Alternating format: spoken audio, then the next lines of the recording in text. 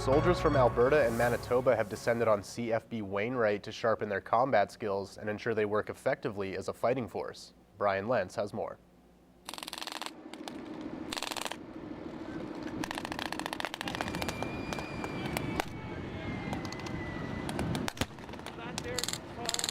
This is Exercise Iron Ram,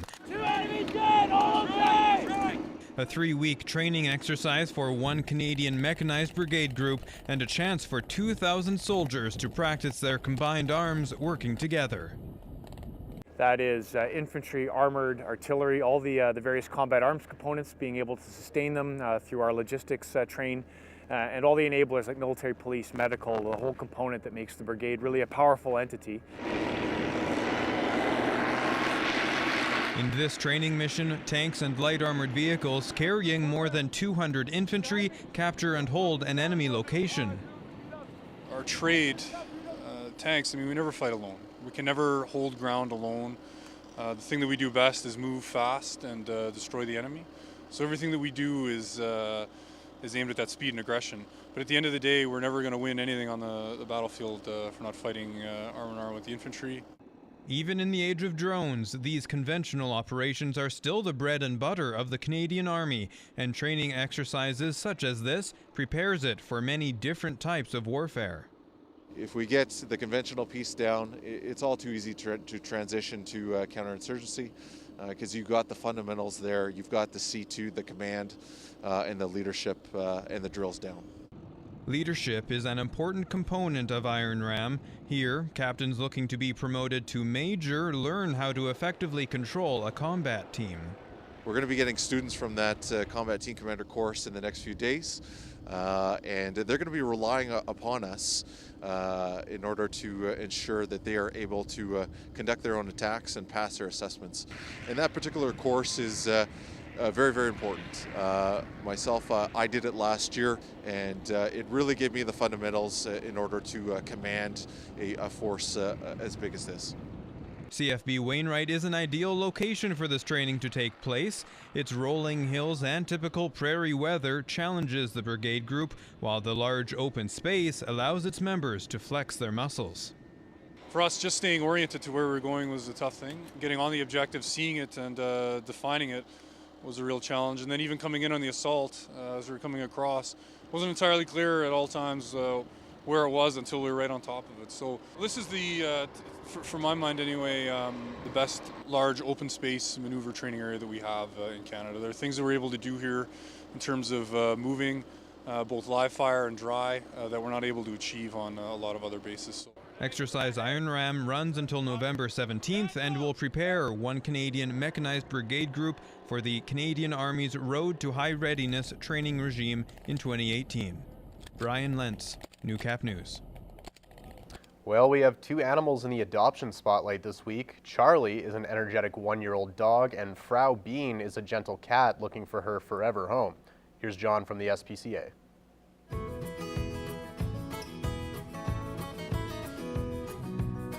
This adorable ball of fuzz is Frau Bean, but don't let her name fool you. She doesn't speak German.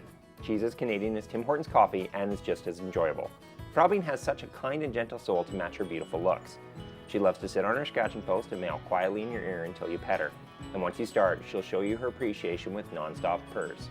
Frau Bean is truly a wonderful feline that will warm your heart on even the coldest of winter days. So don't delay. Visit the SPCA and meet this wonderful lady today. This bundle of energy is Charlie. Although he is just over a year old, he is still a puppy at heart. Due to his excitable nature, Charlie does need a home with older children, as he may be too much for the little ones. He would definitely benefit from training to help him learn some manners, but with a little bit of patience and time, we just know Charlie will be a wonderful and loyal companion. If you think Charlie is just what you're looking for, be sure to stop by the SPCA and meet him today. We just know he'll win you over with his charm. November is Literacy Month, and the Lloydminster Public School Division has come up with a creative way for elementary students in the city to work on their reading over the November break. Kira Lyons has more. LPSD Literacy Bingo is an initiative that we started as a division literacy team, and we got together earlier in the year, and we wanted to find out ways that we could help support literacy at home and make it a priority at home. And so the team thought that Literacy Bingo would be a great way to engage students in a fun and loving activity with their family. Students in grade 1 to 3 have been given bingo cards to fill out over the break. The cards contain 24 reading and writing activities to complete with their families.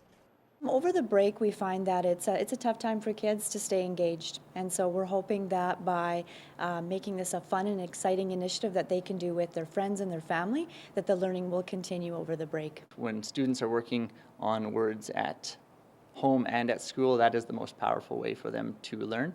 We want to encourage them to be able to work independently and with people at home, to constantly be talking about literacy with the important people in their lives. Kids must complete the activity and post photos with hashtags MyLPSD and LPSD reads. I think it's a really cool activity to do for homework kind of, and it's really cool. I think it'll be fun, something to do for the long break. The bingo runs from November 12th to 18th, and on November 20th, students can return their cards to win prizes. I invite all of our LPSD students and families to get involved. Kira Lyons, Newcap News. Well, November is here, which means the annual movement to improve men's health has also started. For this week's edition of Beyond the Boards, our Kira Lyons catches up with the Bobcats to see who's taking part. So it is now November, which means it is also Movember. So men all across the world are growing beards and mustaches and disgusting facial hair for everyone to see. So I decided to catch up with the Bobcats, see who's participating, who has the best, who has the worst, and if they had a choice for a dream mustache, what it would be. It's a good cause for cancer, and I mean, I'll try, but you'll see in 2 or 3 weeks that I can't do too much, but I'll try at least. My dad, he does a Ride to Conquer Cancer back in Vancouver, so it'd be nice to kind of just join that and just try and raise some money. Shaved a month or a couple weeks ago, so I'd probably be pretty behind in the race, but try my best. I shaved about 3 days ago. We'll say I start today. We'll say that, but I mean, I shaved probably 5-6 days ago, so we'll hope and pray. It's not bad, it's getting there. It's probably 2 weeks old. I actually shaved, I think, right after Halloween, so I was already starting, but just a bit too lazy to get the stash going. So I'd probably go with the circle beard, maybe a bit longer, like Joe Thornton or something. Handlebar and chin puff. Is that what you're doing? Yeah, I'll be doing the same thing. I'll clean it up a little bit. Fu Manchu. Pretty regular guy, so I'd have to go with the regular mustache. Probably handlebar mustache. That'd be pretty cool, but that will never happen.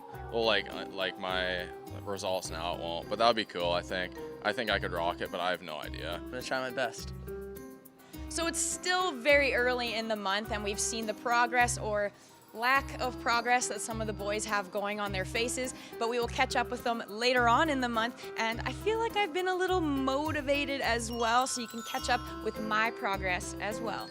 For Beyond the Boards, I'm Kira Lyons. As the temperature drops and the nights are getting longer, it's a time to think of the less fortunate in our city. Heather Gray of the Lloydminster Men's Shelter says it's a constant struggle for her clients to keep warm.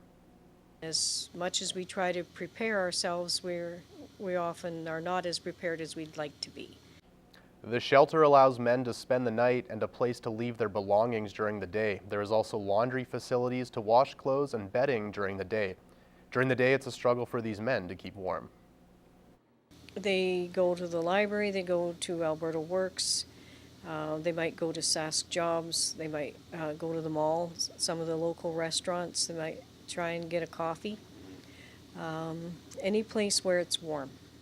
The men's shelter has a large need for gloves and outerwear. The shelter is always looking for people to donate both their time and funds. Financing is always a challenge. We're always subject to cutbacks. We're actually only 82% funded, so we have to raise that other 18% on our own. You can contact the Lloydminster Men's Shelter if you'd like to donate your time or funds. If you want to hear more news, you can always find us on Facebook. Give us a like at Newcap Television. You can send us a tweet at Newcap TV News or follow us on Instagram at Newcap News. Thank you so much for joining me. I'm Darcy Ropchan. Have a great rest of your day.